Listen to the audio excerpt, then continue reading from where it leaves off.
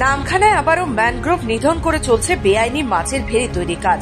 ঈশ্বরীপুরে দেদারভাবে দখল হয়ে যাচ্ছে নদীর চর, পাশাপাশি চরে তৈরি হওয়া ম্যানগ্রোভ ধ্বংস করে তৈরি করা হচ্ছে মেছো ভেড়ি।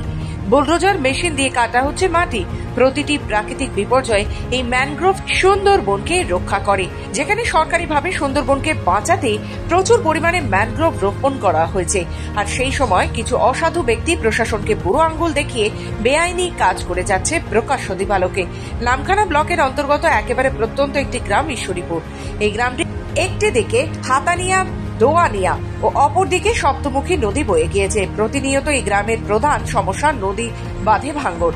আর এই পরিস্থিতি এই গ্রামটি নদী বাঁধের ধারে ম্যানগ্রোভ ধ্বংস করে চলছে মেছো ভেড়ি তৈরি। নদীর সাইডে আমার জায়গা, এবারে আমি কি করছি, নদীর সাইডে এই সাইডে জঙ্গল হয়েছে, জঙ্গল হওয়ার পরে ওই জঙ্গল কেটে ফিশারি করছে, বলছে আমার জায়গা। কিন্তু ওনারা রায়ত জায়গা, হ্যাঁ রায়ত জায়গা ওনাদের ঠিকই, কিন্তু রায়ত জায়গা ওই নদীর সাইডে দেখা যাবে 10 কাঠা, ওনারা কাটছেন 10 বিঘা।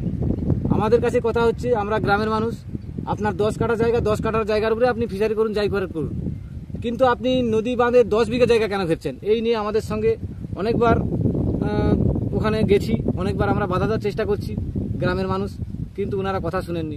ওরা বলছে যে ওটা আমাদের জায়গা, এই জোর জবরদস্তি করে ওরা ঘেরে নিচে যে যা সীমানা সোজা বলছে ওরা আমার জায়গায় করে। ওরা আমরা কাউকে জানাবো, সাধারণ মানুষ আমরা, আমাদের আর জানাবার কাকে?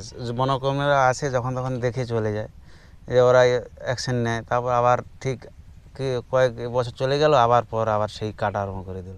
সম্ভব নয়, কিন্তু আমরা বিভিন্ন দপ্তরকে আমরা জানিয়েছি, তখনকার যারা প্রশাসনে ছিল তারাও তখন এই প্রশাসন দিয়ে ওদেরকে পুলিশ দিয়ে অ্যারেস্ট করিয়েছে। ওরা কেউ কেউ জেল খেটেছে, কেউ কেউ আবার জামিনও হয়েছে, 15 দিন 20 দিন করে জেল খেটেছে। তা সত্ত্বেও তারা আবার জোরপূর্বকভাবে আবার গাছ ফাছ কেটে আবার এই সমস্ত ফিশারিগুলো মেরামত করতেছে। নদীর পাশে অনেকের আছে, নদী ভাঙন হতে হতে হতে হতে দেখা যাচ্ছে তার আয়ত জায়গা অনেকের চলে গেছে, কিন্তু অ্যাকচুয়ালি নদী পাড়ের পাশে ফিশারি কাটা মানে সেখানে কিন্তু একটা নদী বাঁধের ক্ষেত্রে মারাত্মক বাজে অবস্থা তৈরির একটা সম্ভাবনা থাকে।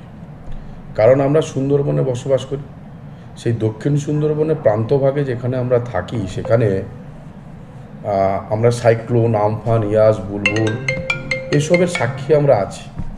সেক্ষেত্রে থেকে যদি বলে পঞ্চায়েতের ট্যাক্স কেটেছে, সেটা অবশ্যই সেটা পঞ্চায়েতকে আমরা জিজ্ঞেস করব যে কি উপায় বা কি জায়গার উপরে সে ভেড়ি চাষের জন্য, সে ফিশারি করার জন্য সে করেছে।